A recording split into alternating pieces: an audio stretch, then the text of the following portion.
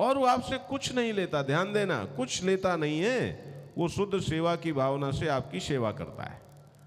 अब कल्पना करो एक दिन वो, ध्यान देना, वो तुम्हारे लिए चाय ला रहा है और चाय की प्याली गिर गई और चाय की प्याली टूट गई, और वो प्याली तुम कहीं गए थे, विदेश से लेकर के आए थे, टूट गई।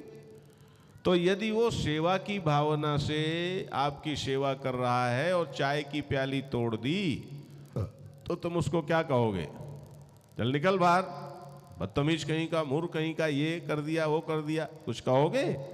तुम्हारे दिल में कहने का, यदि तुम सज्जन हो तो कहने का ही नहीं आएगा, लेकिन यदि दुर्जन भी हो, कहने का आवे भी तो तुम संकोच में कह पाओगे?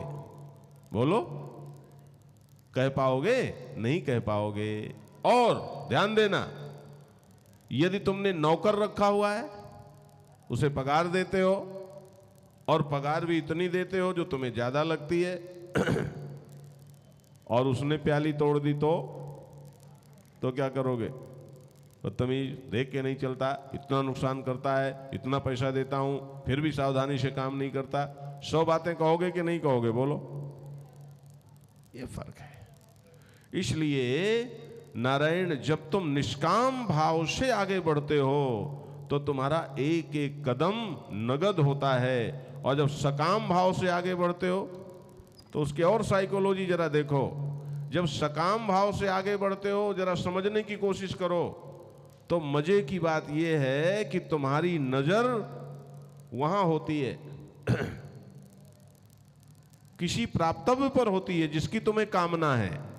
और ध्यान देना, मूर्खता क्या है कि जिस चीज की तुम्हें कामना है, जो महीने 2 महीने साल बाद 10 दिन बाद तुम्हें मिलने वाली चीज है, वहां तुम्हारी नजर है, और वो भविष्य काल में है, और भविष्य काल का कभी अस्तित्व होता है क्या?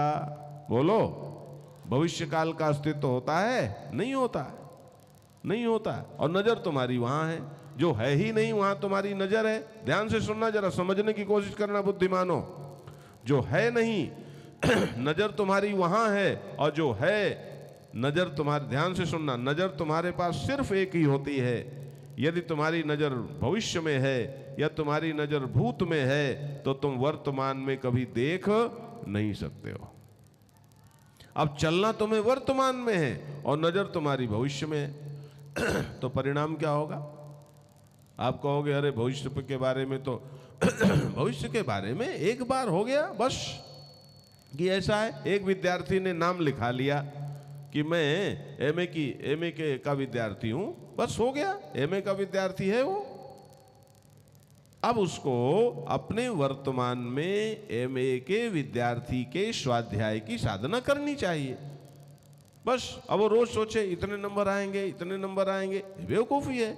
जिस समय वह अपने अध्ययन की साधना कर सकता है, जिस वर्तमान में, उसी वर्तमान में यदि वो परीक्षा फल का चिंतन करेगा तो वर्तमान से चूकेगा कि नहीं चूकेगा? बोलो, वर्तमान से चूकेगा, सामर्थ्य से चूकेगा, और जिसके बारे में वो सोच रहा है वो उसके हाथ में है नहीं, वो अभी है नहीं।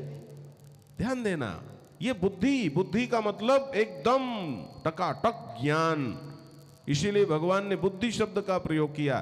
तुम्हें मैंने पहले बुद्धि दी माने तर्क है, ज्ञान है, विज्ञान है, वहां जरा भी अंधविश्वास के लिए स्थान नहीं है। और अब भगवान कहते हैं वही बुद्धि मैं तुम्हें कर्म की दृष्टि से दे रहा हूं, यानी यहां भी बुद्धि की बात विचार की बात है। नेहाभिक्रम नाशोस्ति, अभिक्रम का नाश नहीं होता। निष्काम भाव से यदि कर्म करोगे तो पहली बात वर्तमान में रहोगे, जहां हो वहीं रहोगे, स्वस्थ रहोगे, मन से, बुद्धि से, शरीर से।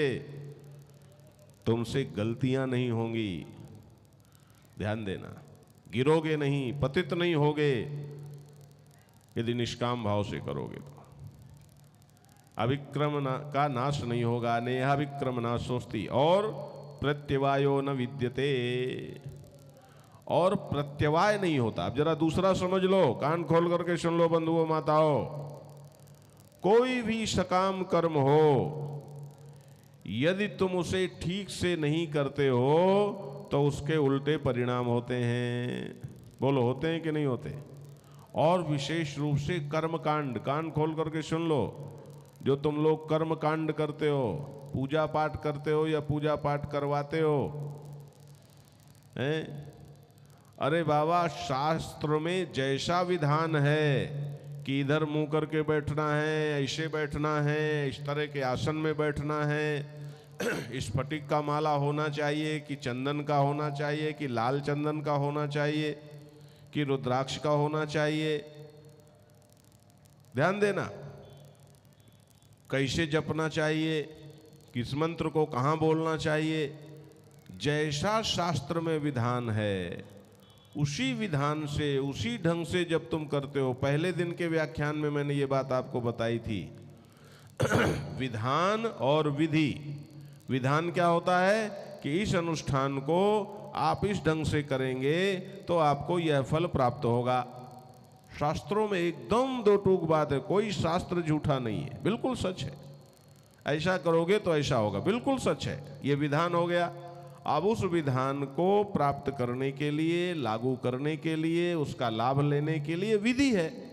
विधि जैसी विधि है, कान खोल करके सुन लो, जैसी विधि है उसमें 1% भी छूट नहीं होती। और आज जो लोग कर्म कांड करते हैं 99% विधि के विपरीत करते हैं, तो परिणाम कैसे अनुकूल आएगा? अरे हमने ये कराया महाराज ये नहीं हुआ, ये कराया महाराज ये नहीं हुआ, ये कराया ये नहीं हुआ, कुछ नहीं धर्म कर्म में रखा, कुछ नहीं इसमें रखा, कुछ नहीं उसमें रखा, फिर छाती पीटते हो, कुछ नहीं रखा, अरे कुछ नहीं सब रखा है।